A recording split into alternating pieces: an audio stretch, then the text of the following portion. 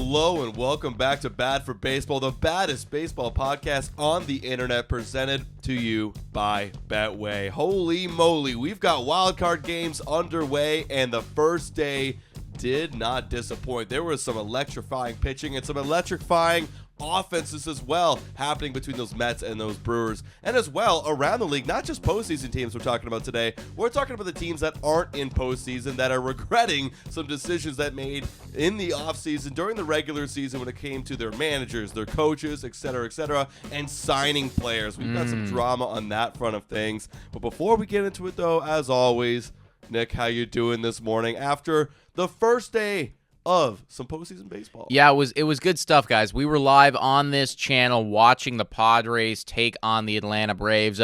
And, I mean, like, walking into that game, you felt like it was going to be a bit of a competition. It wasn't. Michael King decided to go absolutely insane mode. 12 strikeouts, 7 innings, scoreless ball. Like, the game was over. The second that over. That's the thing. As soon as the game started. The second that he started getting him in his rhythm, and I said this too when we were live. I said, because the Atlanta Braves, like, I think it was Harris got on immediately, right? And I was like, okay, you know, the way that they win this game is you get on Michael King early. You don't let him establish himself. They let that happen, and obviously the results just you know, followed after that. So, I mean, it was great pitching to watch, but, like, Braves, you got to do better than that. I mean, I can't even blame those Braves. That was the first time I've seen Michael King since he was a Yankee, and holy shit, I did not know that sweeper and sinker combo, breaking, you know, away from the righties, that sweeper breaking away from the lefties, the sinker, that was disgusting, man. You had righties chasing the sweeper that was in the other batter's box,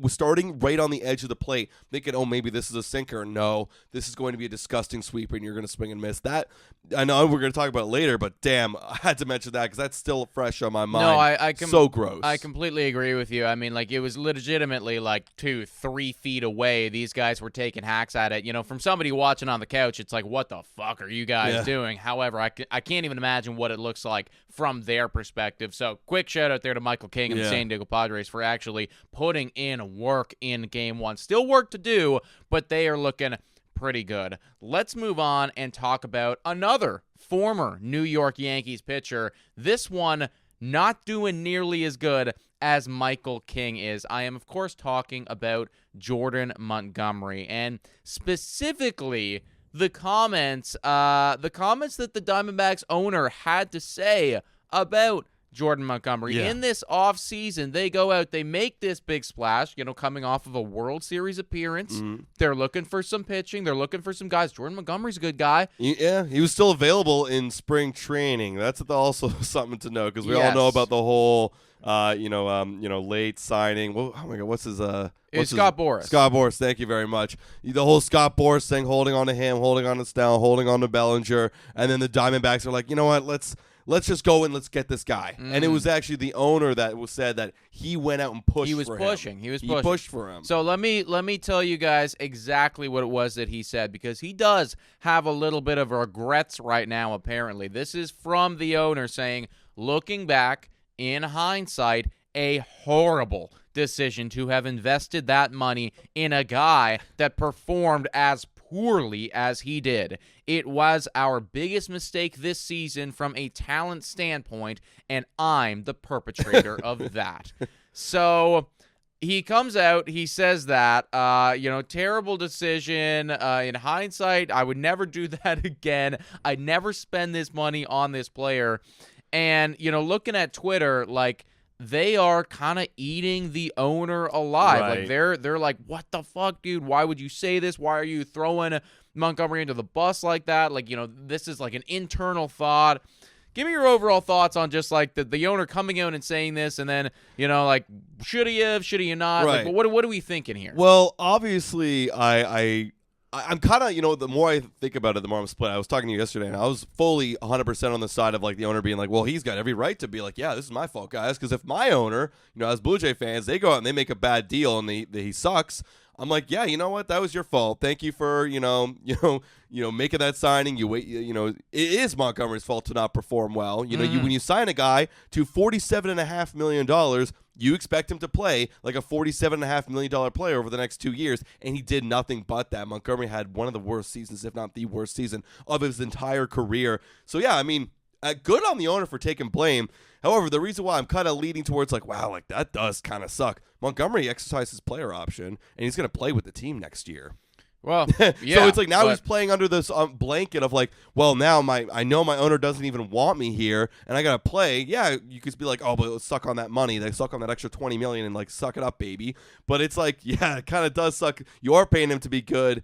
And now you're putting this extra pressure, but I don't know, maybe it's a good thing, maybe it's a bad thing. I don't know. How do you see it? I mean, like, I do understand where people are coming from that, okay, maybe it was in poor taste or anything like that. But at the same point, I don't know, like, I'm somebody who appreciates it when, you know, the management, when people in positions of power cut the bullshit. And I think that this really was, like, just cutting to the bullshit. Like, every single person is thinking that. It is the truth. You know what I mean? It's like people aren't getting angry that he's that he's lying or something. Like, they're just being like, "Oh, you shouldn't have said it because it's mean." But like, it's true. And every single Arizona Diamondbacks podcast out there, and you know, media person and analyst, they're saying it. Well, he's on a podcast radio show because I know it because I listen to him for the Cardinals. Right. But like they literally ask the question because they're like a fan opinionated thing first. So it's just like if we were to do something, if we were to ask something, we would be upset. Why did you bring in George Springer? Blah, blah, blah, blah, blah. Yeah. It's the same kind of idea. So, yeah, you're not wrong. Like, I mean, I love the honesty and I love the accountability that he's holding to himself.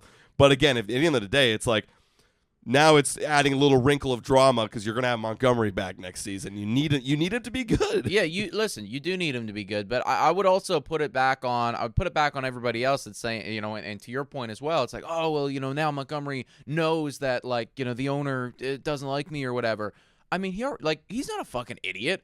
He had a negative 1.4 WAR this year, a 6.23 ERA, a WHIP of 1.65. The reason that he's going to take that option of $22.5 million is because he knows that he is not going to get even remotely close to pay that money. In the free agent. So, like, he knows that nobody wants him there already. Let me play devil's advocate. Wouldn't it be better if the owner came out and said, you know what, yes, Monty had a bad year, but we are fully supporting him. We know that it was a late start to his season. Because Monty talked about that. He's like, yeah, like, honestly, a lot of the problems for me this year was the fact I got a late start, and I didn't get up to speed, and I got thrown into the pits. Would it be a little bit better to know that my owner's, like, kind of backing me to have a better season? Oh, well, I think, sure. I mean, could they have executed this a bit better? Absolutely. Yep, I mean, you know, I think that you got to factor in the frustration. You know, from an owner standpoint, I dropped all this money. And keeping in mind, their season just finished, right? So it's like they just learned that they're not making the postseason. So I think that there is a lot of, like, just human frustration going on in this. Right. You know, and, like, it stings. Oh, we didn't make the postseason, and I dropped literally millions and millions of dollars on this guy who has not returned any investment whatsoever. So, yes, it could have been managed better.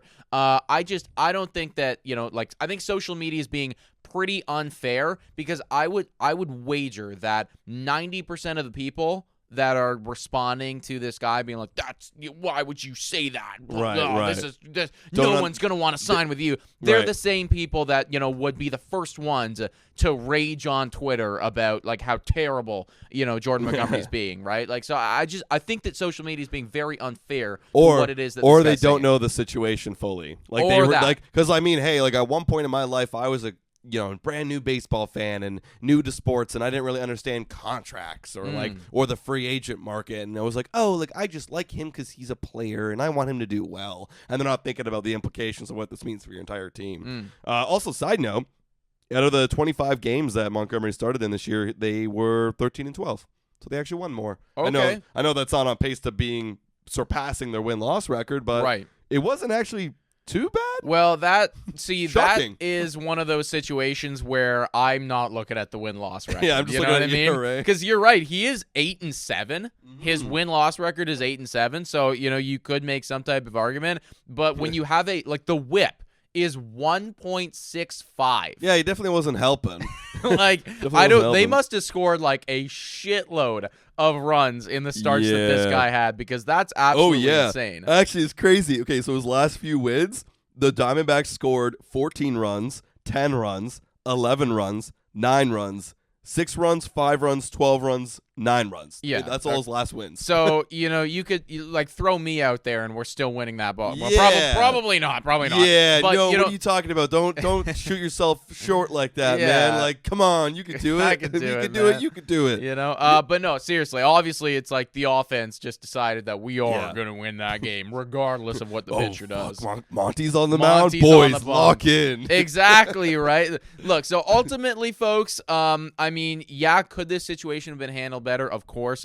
But I think that like everyone, like no one's, that's the thing. I'm scrolling through all this shit. No one's debating that like he's wrong. No, like we got one it's thing. just mean. It's like, that's rude. It is kind of rude, but it's like, it's the fucking truth. It's the truth. It's Sometimes literally the truth. Sometimes the truth hurts. These are Lizzo. inside thoughts, my dude. Like I'm just reading off these tweets. It's like, Jordan Montgomery should opt in and demand a trade. Well, and here's the other thing too. Everybody's like, "Oh, he's gonna opt in. He's gonna opt in now." He was already gonna fucking he's gonna opt in, man. Are you? I said that a little earlier as fact. Of course, he's gonna opt in. Like, what are you We're paying gonna opt this guy? out, get paid $1 million. Legitimately, I was thinking, like, what are you gonna pay this guy in free agency? Yeah. Like, it's gonna be like 1, 2 if your agent's really good. Like, Yeah, and it's gonna be on a 1-year deal with like the potential of sending you to AAA at some point. You got a pro far deal, and you got to show up. Yes, and exactly. Yeah, he's gonna opt in, guys. Also, hilarious right here, but the first comment on the Bob Nightingale tweet that I'm looking at right now, you can guess who tweeted this out. I'll tell you what it is. Okay. Could have signed a Cy Young winner for league minimum instead. Guess who tweeted that out? Who? Oh, was it Montgomery? It was not. It was Trevor Bauer. Oh, Trevor Bauer shit. tweeted that out. Yeah. Okay, that makes sense. Yeah. Of course, Trevor Bauer. Trevor said Bauer's that. in on it and saying, "Oh, you could have got me for cheaper." Maybe he would have done better than a 6.23 ERA. Okay, I would bet that he probably would. If the line was 6.23 ERA for Trevor Bauer, honestly, I would say under. I think like it's genuinely difficult to do worse than this and still have 117 innings. Yeah. Because usually when you're doing this shit, they're just like, "Oh, we're not gonna play you anymore." Right. But we're paying you a crap load. We gotta do it. So. That's the problem. All right, so that was Jordan Montgomery. I mean, you guys let us know your thoughts in the comments down below, whether the owner was a dick, probably, or do you think it was warranted?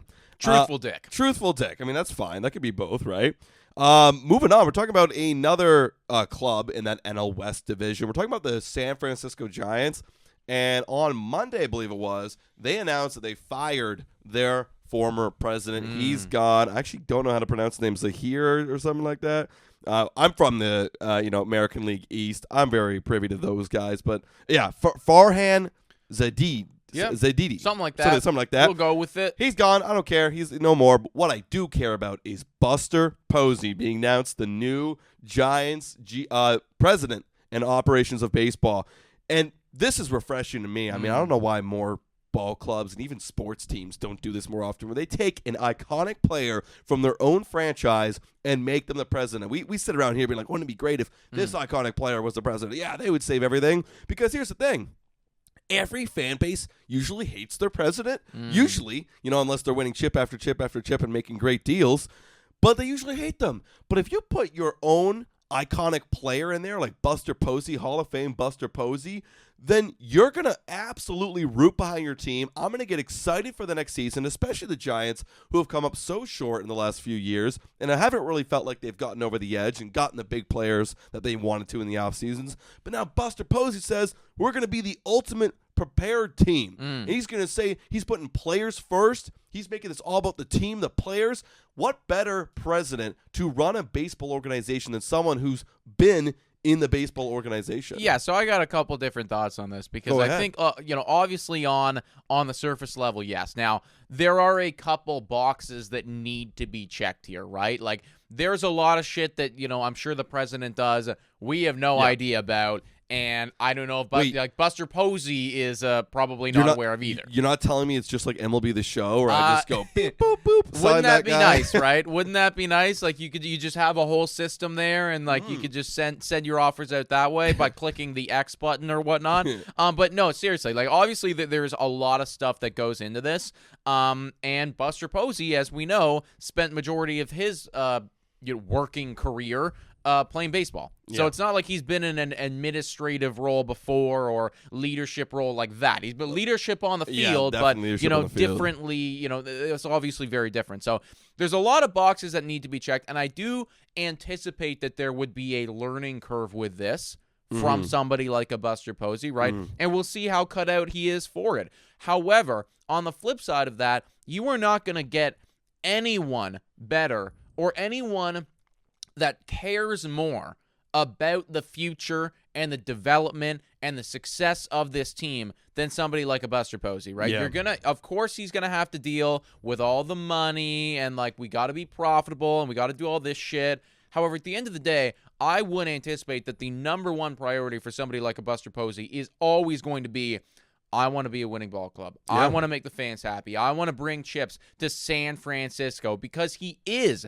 a San Francisco Giant at his heart, at his core. I can tell you personally, watching the Toronto Blue Jays, being a fan of the Toronto Blue Jays, I know that the leadership team over there, the management, all the guys, they sure they care, but they wouldn't care like a Buster Posey. No, they cares. wouldn't. They wouldn't care. And they don't, and I guarantee this, they don't have the inside information on what makes a good player be a good player. Because our organization says they're talented. They're talented. Everybody in the effing league is talented. Right. You dumbass. So I was came out a little bit. We're going to be going live, shitting all over them today later. Sure. But Buster Posey actually knows baseball. That's the difference for me, because you're overseeing this entire operations, so every decision has to get passed through you. Should we bring in this player, and how would he complement this team, actually complement this team? Because you know how the game is played. You know this. You can watch tape of this player and go, oh, I know exactly how this guy. Yeah. Whereas Ross Atkins goes, numbers. And numbers are great, but you don't understand how this player actually is in a clubhouse setting, and that's what he wants to build, right? And what's also great, we're talking about accountability from the owners on the Diamondback side of things. Buster Posey says he has a desire to be 100% accountable for the baseball, and apparently that spoke a lot to the owner, Johnson, right? So that's, again, a guy who's going to be very transparent, knows the game of baseball, is an icon in San Francisco.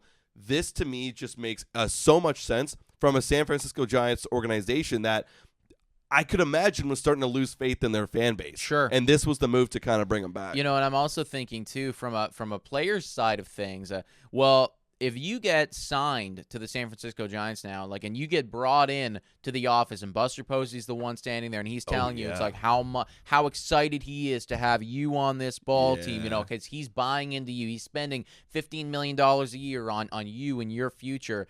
I feel like you're just gonna play that much harder, right? Max aura, bro. Yeah, Max aura. When it is guys where they're just kind of suits, of course you're happy and you're excited to be on this team and you're excited to get your paycheck, but at the back of your brain, I'm sure that Toronto Blue Jays players and many other players in the league where the management's not that good, they're secretly thinking to themselves fuck, these guys are dumb as nails. Yeah, they're just saying that to say that. Yeah, exactly. Yeah. Whereas I think that, there will be an underlying respect of Buster Posey from the player personnel. This guy's going to be a Hall of Famer, you know? So, I honestly, I don't think we talk enough about how incredible this dude's 10-year stretch was from 09 to 19, because I don't know if we're going to get a catcher like that again in a long time. Maybe Adley Rutschman can do it, but he's next level. Yeah, this was crazy from Buster Posey. So there's just always going to be that underlying respect from the players to the management, and I don't know, maybe that translates into playing just that 1%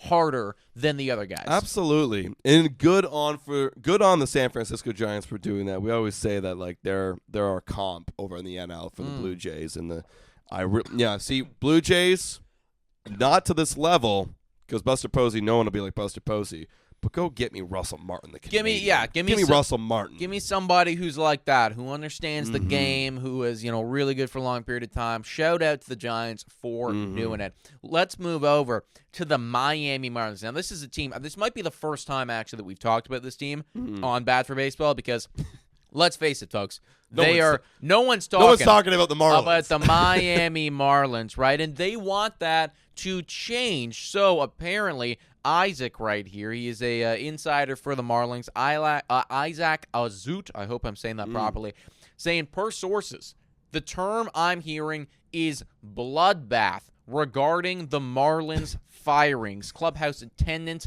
travel secretary. Travel secretary? Yeah, like what the fuck do they have to do with it? Performance staff and coaching staff, everyone. They are cleaning house over there at the Marlins, and they already started. Skip Shoemaker, the 2023 National League Manager of the Year, Skip Shoemaker, he is gone. He is out. Young guy. I assume he's going to land on his feet. I think he probably will land on his feet in some other role. Hey, fuck, Blue Jays, you want to pick this guy up? Oh, hell yeah, please. Right? Thank you. This guy, really, really good. Brought this team to the postseason last year. This year, obviously, 100 losses. Terrible, terrible season. He is out. We don't know who's going to be in yet, but this is the beginning, apparently, of what is going to be just like, a bloodbath, as Isaac says, of the Miami Marlins front office. Yeah, Miami Marlins for decades have been trying to get out of this hole that they've put themselves in. It feels like every single year they do this again. They go and they fire a bunch of people and nothing changes. They change a lot in their upper management. Nothing changes. Except for last year when you actually brought in Shoemaker, and he actually made a difference. And then 1 year later, it's not even his fault. The upper management trades Luis Arias the fucking second week or third week of the season. Are you kidding me?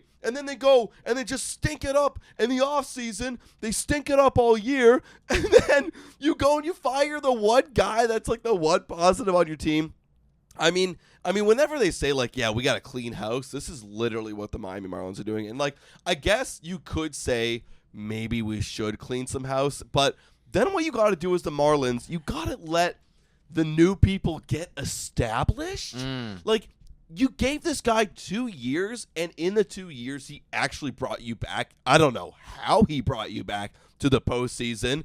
And then you just get rid of him after one bad year. This is where the Marlins keep shooting themselves in the foot. They don't allow themselves to get the right personnel to grow into this team properly. They don't allow their prospects to develop into this team. They get rid of them. It's like they're too impatient. Whoever is actually running this organization or owning this team, for me, it's mind-boggling how bad of a job they've done, not only managing their roster, but managing the personnel over in Miami. No, I mean, of course, right? And I think that from a Miami standpoint, you guys needed to realize that going to the playoffs, that's not the rule for you. That was the exception. Like, Skip over here did a miracle last year. Looking at the roster that you guys have, right? You do not have a playoff caliber team. I look over at the hitting. Jake Berger. I mean, don't get me wrong. Jake Berger, solid guy, but this is your best hitter. He had an OPS of 761. You got Jesus Sanchez there. You got the effectively the corpse of Josh Bell.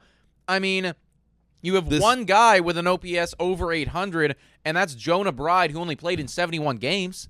What are we doing here? Over there, remember the pitching for the Miami Marlins a couple years ago? Amazing. When it was Sandy and it was Pablo Lopez. Sandy has TJ this year, so totally not his fault. Again, another thing where it's like your best pitcher is dead, and then your best hitter, Luis Arias, you trade away immediately. What is this fucking guy going to do? And let me ask you this. Who did the Miami Marlins sign this past offseason? I can't name a single goddamn. I genuinely couldn't tell you, dude. I don't know because they don't go out and they don't make moves. Yeah, dude. They remember when they brought in Kim? I think it's Nguyen. I think it's how you pronounce her last name. Actually, not whole. It's like NG. Was that these guys? Did they bring them? No, they fired her. They brought her in. I'm trying to actually see. Yeah, they brought her in.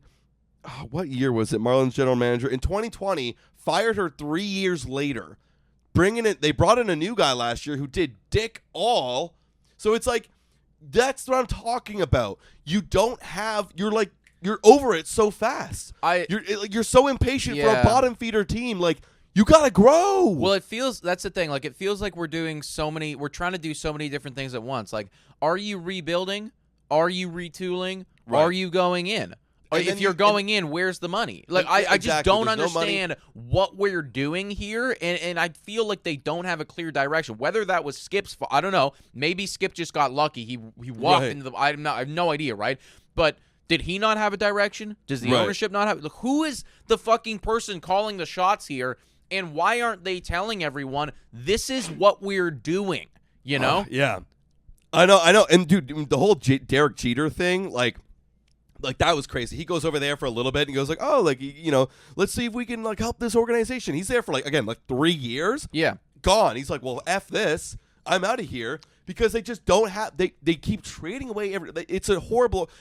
Honestly, got to look at the ownership. Yes. They got to sell the effing team. This is abysmal. No, it feels kind of like an Oakland Athletics level thing now, where, you are getting people buying into this team. You are getting people doing it. And then, we're not ready to invest, right? Because it's, again, you think about that pitching staff from a couple years ago. Like, it was arguably the best in baseball. Like, really, really, really. Yeah. When you had Trevor Rogers coming out and like, he was like the brightest young pitcher. There was like one other guy too who was like really damn good. And now they're all either they're gone or they're injured. Like, I don't know how you go from having all those assets to this. We were looking at this just prior to recording, but the leader in WAR in their franchise is Juan Carlos Stanton with just over 30. Yes, they've only been around for 35 years or whatnot, but come on, guys, we've never been good. I don't know if it must be a money thing, because take a look at the personnel. They had Giancarlo Stanton. They had obviously they had Christian Yelich. They've had Real Muto. They had Ozuna. They had them all at the same time. Yeah, and we couldn't figure out a way, and that was obviously 8 years ago, but they couldn't figure out a way to keep it going. They've had guys come through their team like Luis Arias. That's the thing. They've had guys come through Pablo the team. Lopez was on that team, and we just couldn't keep it together. I think the ownership's got to sell this team. This team will never be good and sustainably good until they sell this organization. Yeah, I agree, man. I agree. And it kind of sucks that that Skip over there, Skip Shoemaker, he was let go. I imagine that some other baseball team is going to pick him up and put him in some type of role, whether it be a hitting coach or actual coach, whatever. I just think that this guy's probably a little bit too good to just let sit there, and without a job. So hopefully you land on your feet, dude. And Miami fans, if there are any of you out there, I'm sorry. Sorry, guys. Because you guys are going to be in the pits for a while, and this team, the Dodgers, you wish you were the Dodgers. They're going to be on top of the league for forever. We're going to talk about the Dodgers rotation this upcoming NLDS because, Dodgers are a juggernaut. They won the most wins in all of MLB. They got the most games that they won, and they are heading into this NLDS with an abysmal rotation. They announced the NLDS starting rotation, and it's not good. It's not good. It starts off decent, and then it gets bad. And it's starting to look a little bit scary for these Dodgers, in my opinion. I mean, I look over, and I've always said that I like a rotation that's solid. We already saw in the first game or the first day of the wildcard series how good starting pitching can literally take you to a W and win you series single-handedly. And the Dodgers, it feels like they're playing it a little bit different this postseason, where they're going to have to rely on that offense because, this rotation looks bad. Walk me through that rotation and what they got going on. So Dave Roberts came out and announced the NLDS rotation for these LA Dodgers. And if you are a Dodgers fan, this is not what you want to hear. You've known this for a while, but now it is confirmed. The rotation for the NLDS, Jack Flaherty, Yoshinobu Yamamoto, you got Walker Buehler, the corpse of Walker Buehler, honestly, and then Landon Knack. That's four guys. Those are the four guys you're riding with. So let's walk through those boys right there. Now, Jack Flaherty, he's been roughed up a little bit in the last 28 days, but honestly, beggars can't be choosers. At the end of the day, this is about as good as it gets when it comes to starting pitching. I still believe in Jack Flaherty. I mean, if any team was to roll him out, I think he's very good. So Jack Flaherty, That's solid. That's probably going to be your game one guy right there, and he should give you a solid chance to win. He's got a 3.17 ERA, so that's very solid. Yoshinobu Yamamoto, incredible 90 innings pitched for the LA Dodgers. Frankly, like if he was fully healthy for the whole year, he would have been up there for Rookie of the Year. Yeah. Just with how good that he was. He was actually my Rookie of the Year pick prior to the season starting. Really, really good. Clearly worth the money that you paid him. However, we're also talking about what is an MLB rookie. Now, I know that he's had big games for the LA Dodgers. I know he's had big games over there in Japan and everything like that. So, like, he's been around the block, but this is going to be the first time that he is playing an MLB postseason game. So that just puts a little bit of doubt into my mind. I still believe in the talent, but there will be a mental aspect of those things. And he's not the only one, because Landon Knack, 69 major league innings behind him. That's it. That's all he's got, right? Landon Knack is going to be in there in some type of role, potentially starting a game or helping out in some capacity. That's what Dave Roberts said. He is also a rookie. So you're talking about two rookies right there. And then you got Walker Buehler. And Walker Buehler is, I mean, it's, like, I don't know what happened here. I guess it has to do with the injuries and just never been able to find himself again. Like the Walker Buehler that you once knew is no more. That guy is, at least for this year. Maybe he comes back. Last year he was bad too. I know. Maybe he comes back eventually. But that Walker Buehler from several seasons ago, he is gone. And the guy that you have right now is not somebody that you can throw out in a postseason game. But they have to, because they literally, Gavin Stone, could be done for the entire year. The two highest guys in innings pitched on their team is Gavin Stone with 140 innings, and then Tyler Glasnow with 134. Glasnow, is he going to come back at all? No, he's not coming back. So you lost two of your guys, and both of them had mid-3 ERAs. That's solid and serviceable for the postseason. But now, you're relying on guys like a guy you just traded for 2 months ago.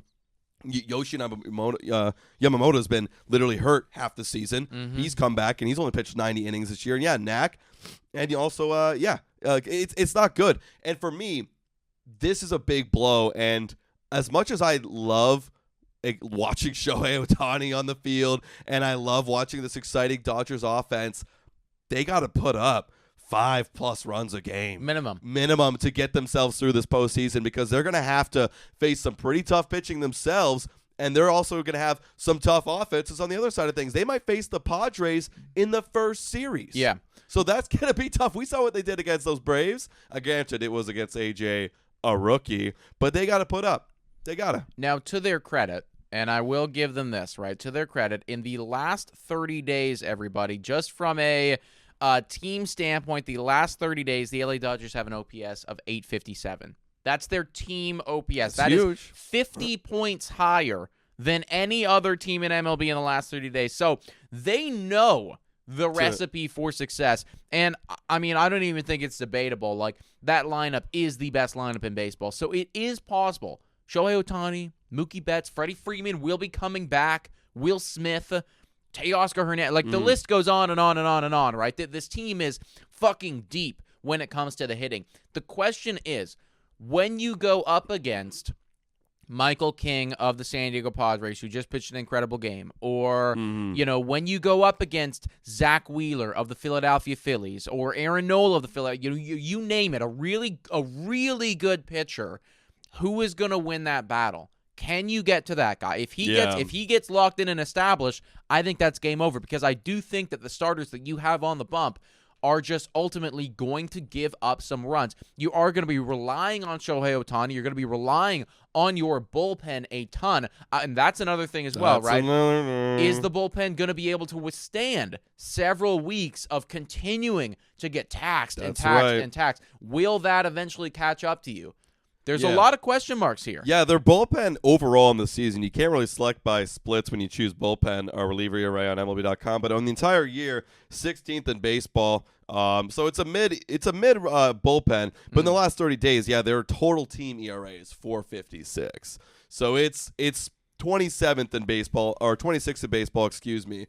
So it's not very good. And for me, if they can't figure out like a Michael King in the first 3 innings, you're done. The game's over. Yeah. The game is over for the LA Dodgers, in my opinion. So, yeah, this is troubling for LA fans. Very troubling. And you know what? It's actually going to be very exciting to watch. I think that it's going to make for a lot of fun baseball games because you are looking at all gas, no breaks here. Like, it really is like, we are a full offensive team. They are going to put up runs. Here's the thing. They are going to put up runs. For sure. The question is, can we outslug you when we have Walker Buehler on the mound? Yeah. Can we outslug you? Because he's going to give up runs. Can we do that? They do have the capabilities. Yeah. I think their first 2 starts of the series are going to be very good. I think a lot of their series you'll see in this postseason, if they make it pretty deep, are going to be 2-0. And then it's going to be 2-2.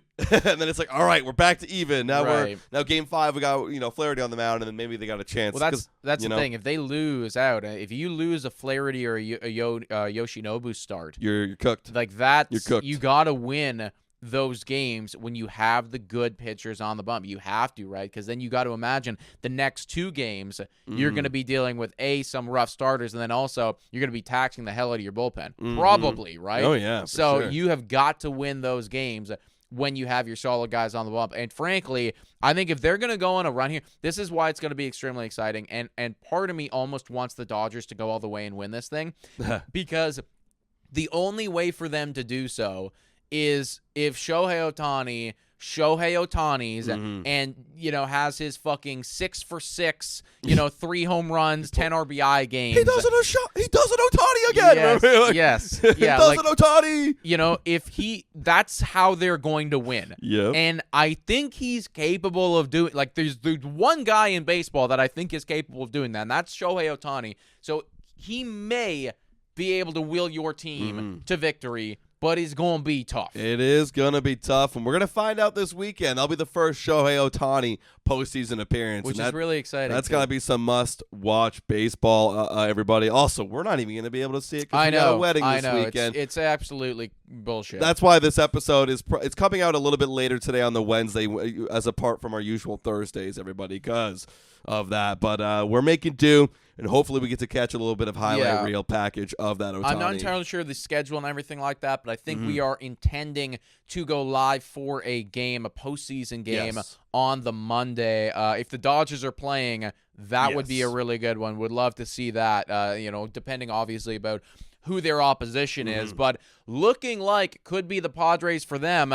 And then over there on the other side of things, you got the Phillies waiting to see who it's going to be. I'm thinking it could be the New York Mets with the way that things are going right now. They take game 1 against the Milwaukee Brewers, and some words exchanged between Jesse Winker and Willy Adames. Now, the Mets, I want to see the Mets take on the Phillies because I feel like they're kind of like similar energies right now.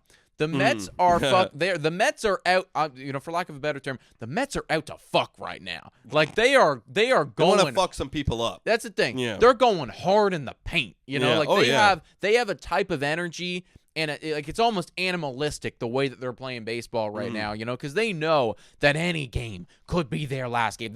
Nothing's a guarantee for the New York Mets. They thought they were out of the playoffs, like in the first week of baseball when they were 0-5, right? Obviously that's exaggeration. Did you hear that call? By the way, not to get totally off topic, that call when they clinched the playoffs, they were like from 0-5 to postseason. I did not hear that. No, I was like.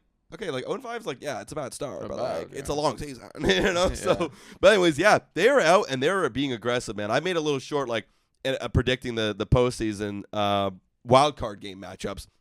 And I was all over the Mets, man, because they have been fired up and they've been slugging hard, and their offense has been cooking. With Winker, with Lindor, with all JD Martinez came up with a big hit. Brendan Nimmo came up with some big hits. And they are fired up. And Winker came up with another big hit. He had a 2-run triple, and he was rounding the bases. And apparently there was some. I don't even know. I think maybe you know this better than me, but there was some confusion. Adonis thought Winker said something, but he didn't. Okay. It goes back until the series where when he was part of the Nationals, and Christian Yelich was hit, and then Winker said something there. I don't know. You explain what you know. There's an article on this whole thing. I think it's actually very poorly written because it starts off by saying that Jesse Winker did not, in fact, shout at Willy Adames as he rounded the bases. However, then later on it says, but once Winker arrived at third base, that's when the chirping began. Yeah, because so it's a stupidly written article. Why would you start with that? In my opinion, sorry, Anthony DeComo, but come on, man. Because the headliner is former Brewer Winker fired up, exchanges words with Adames, and then literally the first sentence it's like that. Because then when you sent me that, I was like, wait, huh? And then I read it through, and I'm like, and then you have Adames saying, I don't know what is going on through his head. I don't know. I think I said something back. I don't know. So this is what happened. So Winker hits a big time thing. He makes it all the way. I think he makes it all the way to third base, actually. He got a triple. It's a triple. So he makes it all the way to third base. And then once he gets there, because obviously Willy Adames is the shortstop, he starts chirping at Willy Adames. Adames starts chirping back. And then Adames, after the game, comes out and says, I don't know. I think that's just the player that he is. I guess that's part of his personality, effectively calling him, aggressive, kind of, that's what he a is. hothead type thing. Oh, he is. It was just a little bit of a surprise to me, but we don't back off. So effectively, we're setting the table right here. Winker's hot. Willy Adames starting to get hot right now. And I think it just goes to show, the energy that the New York Mets are playing with, they are going to be that type of team that shoves it in your face if they're beating you. Well, yeah, asked about the fans' reaction to him. I guess there was some boos going on from the Brewers fans over there in Milwaukee. And in the article asked about the fans' reaction to him, Winker said, I don't care.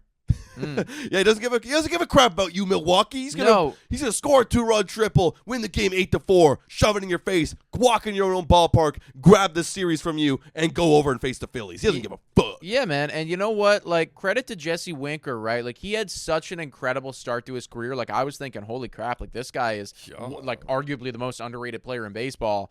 And then, a couple injuries, couple poor performances later, really left the limelight. This year, starts out in Washington, doing pretty good, gets traded to New York, does okay over there, but across the board, a solid season from Jesse Winker. He's gonna be a free agent after this. If he puts together a really nice postseason, this is the type of addition where I'm okay, I'm very happy to have you in my line. I'm 31 years old.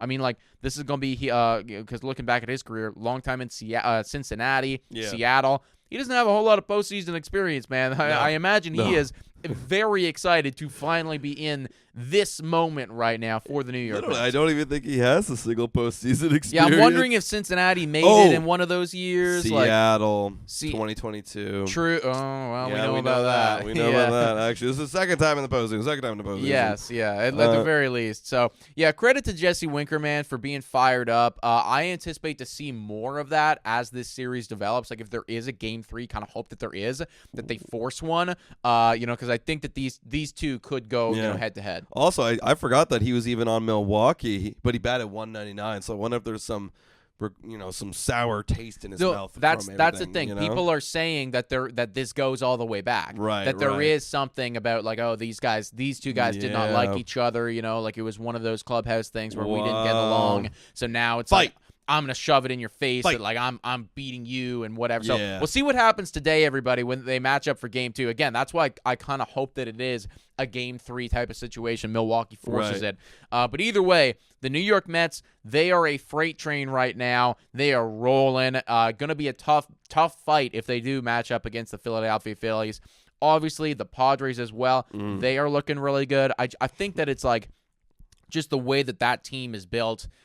I like them a lot. I think that they're going to make. Do you have any final thoughts on that Padres game over the break? Atlanta looks gassed and unprepared. Yeah, they look like they look like the worst. They came out the worst team from that doubleheader against the Mets. Mets look like they use that to their momentum. Yes, and the Atlanta Braves look like they're jet lagged. They're tired. We are stupid and throw out a rookie pitcher to start Game 1. That's crazy. So stupid. I don't I was looking Max Fried would have been on 3 or 4 days rest, but you pitch Max Fried in Game 1. Yeah.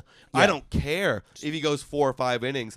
You lost the game because of that guy. Yeah, so I think it was stupid to throw out a rookie for those of you who don't know, I believe his name was Smith Shoover. H.A.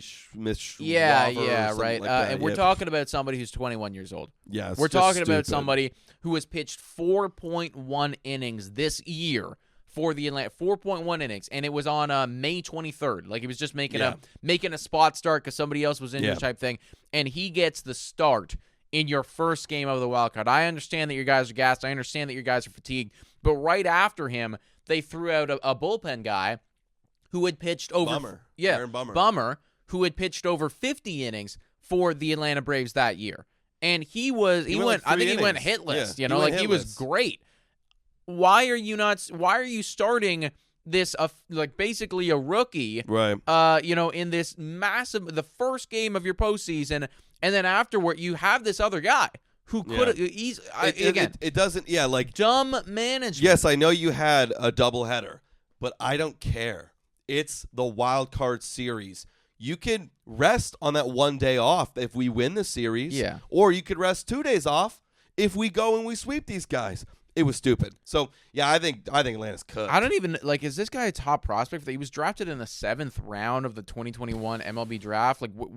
Who are you? Why, I think he's, literally the only available guy. They're like, oh, he has somewhat experience in our clubhouse. Yeah, dude, this is a different animal. 4.1 innings this year. That is really, I know he was good in those 4.1 innings, but different animal. Atlanta or San Diego pounced on him. Literally the first 2 batters that he faced came around to score. I'd be pulling my hair out if I'm a Braves fan watching that game. At first few innings against Michael King, I'd be like, whoa, he's swinging at those. Then I'd start to realize, damn, Michael King's him. Yeah. And nothing you can do. Nothing you can do. Over there in the American League, everybody, Tariq Skubal continues to be him. He shut down the Houston Astros. 6 innings, 6 scoreless innings. That's how you are going to win, Detroit. You have got to ride Tariq Skubal into the ground. This is the season, guys. This guy going to give you scoreless starts, and you got to capitalize. They did just enough, winning 3-1 over the Astros. That's honestly really exciting to take a game on Houston. One more win. One more. And if you're a Detroit fan, this season is it's fucking history. It's another Cinderella story that we're seeing this year, and that's really cool. Yeah, if you guys can honestly make it through the wild card and beat Houston, this, hang the banner, you know? Wow. Yeah. This season is something special, so it credit is. to them. And then we got one more series to talk about, which is the KC and Orioles. Honestly, the most boring of all the series. Yeah, it really was. Kind of forgot about that one, honestly. But Corbin Burns did everything in his possible power to bring this team to a W. He only gave up 1 earned run. Yes, he did. Over 8 innings. Over 8 fucking innings. I know, man. And the Orioles, their offense could not get anything going. They had 5 hits. Westberg with 1, Kaiser with 1, Urias with 1, Mullins with 2. That was about it, guys. 1-0 loss. And Cole Reagan's 6 innings, 8 strikeouts, 4 hits, cooked just like Mr. Skubal over there on Detroit. And they couldn't get anything going. This is going to be, if they don't win this series, they don't win today, this is going to be another curse going on in the American League East. It's the new storyline, right? Because they got swept in the ALDS last year. I forget who they were up against, but they got either way. Doesn't matter. They got their asses whooped. They got swept. If they do not win today against the Kansas City Royals, then immediately the narrative is you're all a bunch of chokers. You can't handle the bright lights. You can't handle the bright lights. Yeah. And you're gonna, at that point, you genuinely have an argument, man. 1-0. Corbin Burns. You owe this guy you're taking him out to dinner after that. You're apologizing for the fact that you just put on the performance of your life in the postseason, and all of us decided not to show up to play baseball today. The entire lineup just decided to fuck off. 1-0. That's embarrassing. Your whole thing is that you're supposed to be a strong offensive team. Correct me if I'm wrong. You're at home as well. Yeah. What are you doing? Yeah. If I'm a Baltimore fan watching that game in Baltimore, I am booing my lineup. I almost want a meme of if they get swept, of the Jays being some sort of meme we're not the same. we're same not but too different. Same different. If they're from the interview. No, it's just. It's not good. It's not good. Baltimore, you've got to come out swinging. I want a dominant win. I want a 9-2 type of, explosion today. Well, let's take a look as we sign off here. Before we sign off, of the Game 2 matchups today. You've got over there in Baltimore, Eflin taking the bump That's still a good guy. He's been very good for them in down the stretch. Might not matter, though. I mean, they got Seth Lugo, though, with a 3 ERA. He's been dominant, 16-9 record this season.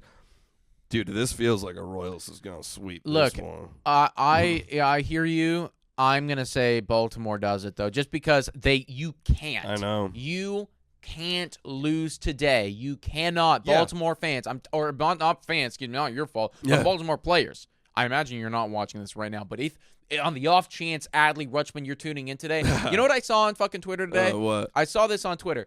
Somebody was like, we got to start the Adley Rutschman, Trevor Lawrence talks. You know, and it was like, you know, kind of talking about how it's like fraudulent. Yeah, like, you know, like this guy's so, you know, like number 1 overall pick and like whatever and whatnot, but you know, not coming up clutch, not delivering in, you know, in the crunch, kind of fraudulent. Well, this year has been a down year. Not for him. good, not that good. Year. Yeah, not that good, wow. right? Holy moly, didn't know you that know, was like coming. Started out really good and then kind of fell off the table, right? And people were like, we got to start the Adley Rutschman, Trevor Lawrence. I don't want to start them. No, I don't want to start. Let me tell you, you don't want to be related to fucking Trevor Lawrence, Adley Rutschman. Like, that guy cannot win a goddamn football game to save his life. You have got to go out and win a baseball game today. Yeah, you do. You got. You do. I'm watching the hate. I'm watching the fraudulent talk on Twitter. Listen, I'll also go Baltimore just because, like, look, I predicted that the Baltimore Orioles were going to sweep the Royals because, you know, the Royals have had such a poor offense. They still did. They only got 1 run. Like, I mean, they got dominated by Corbin Burns. So I will still say that they're gonna win, right? Just because they can't get swept, right? Mm-hmm. But I also wouldn't be shocked they get swept as well. Okay, going over there, Tigers, Astros. You've got Holton, 2.19 ERA. My goodness, that's up against Hunter Brown, 3.49. Oh, Detroit. Maybe Detroit does it today, everybody. Maybe they sweep. I think that Detroit is going to do it, man. I think that they're going to sweep the Astros. I think that they're just rolling with a different type of energy right now. You know, I think it's something special happening over there. The one thing that they need to avoid is, like, getting a little bit too hype and getting ahead of themselves. I know that I do this when I'm playing golf and I'm playing really well. You know, that's when I'm like, you know, I'm starting to thinking about your end score. Yeah, you know, like I'm trying to, you know, that's when I start swinging out of my ass type thing. You can't. You're playing your same game that you've been playing for several weeks now. That's gotten you to this moment. It's going to be very tough because you can almost taste it. But if you can calm the moment down, I think you got these Astros on their heels. I mean, they're not going to admit it, but I think you got the former champs up against the ropes right now. Yeah, Holton's been very good too. Like, I'm just looking at his like career, and it's been very solid, very underrated player. I'll say Houston because it's the Astros, and I said they would do it because they've been here, done that. They faced elimination before, and I'll say this one goes to a Game 3. Right. Fair enough. And then on the NL side of things, we're looking at the New York Mets and the Brewers. Sean Manaea versus Frankie Montas. Wow, Montas had a horrible year. 4.84 ERA. We know Manaea has been literally one of the best pitchers in baseball in that stretch. Give me the Mets. Give me the Mets sweeping the Brewers. Yeah, I mean, just from a pitching matchup side of things, like, that does feel like with that offense. Yeah. Cooking. Mets are kind of like the Tigers in my mind. Where a little bit. But a little more aggressive than the Tigers. Tigers are like, hey, we're here. Yeah, I mean, Mets are like, fuck you. That really sucks for the Brewers. Like, I've always kind of been a bit of a fan of the Brewers, but yeah, I do think that the momentum is on the side of New York right now. So yeah, I'm also gonna ride with New York Game 2, win it, and then punch your ticket to go play the Phillies. Yeah, I'm with you. And then you got Braves, Padres, Musgrove versus Max Fried. Thank you. Here's Max Fried. Yeah. I know yesterday's a little bit biased because we watched it, but I think maybe this one goes down to Max Fried versus Musgrove. What did I say? I think I said that they were going to get 1 game, so I'll say the Braves make it interesting. Well, yeah, it's so tough, man. It really is which lineup's going to show up better today. I feel like I'm being... My bias is coming in here just from yesterday, right? Like, seeing the Padres were significantly better than Atlanta. But that Atlanta lineup can cook, man. They had more hits. They just got them in the right time, the Padres. Give me Padres. Padres. I'm saying only one series goes to Game 3, and that is Orioles and Kansas City. The rest of them end today. You guys let us know in the comments down below. What do you think about everything that we talked about today? Do you agree, disagree with the Arizona Diamondbacks owner? Who are your picks in the wild card series? And then moving forward, who do you got in the World Series? We appreciate every single one of you guys. Hit that like, smash the subscribe button. We're going to be live on Monday. Not sure which game yet, but one of the exciting ones. Probably a good one. Yeah, I'm thinking Phillies or Dodgers, whichever one makes sense for a good time. But you'll see us here. You'll get that live notification if, of course, you hit that button down below. Yeah, hit it on our YouTube channel. If you're listening in the audio podcast, go check out our YouTube channel, our social medias as well. Links are in the description. Guys, thank you so much for watching, and we'll catch you next time. Cheers.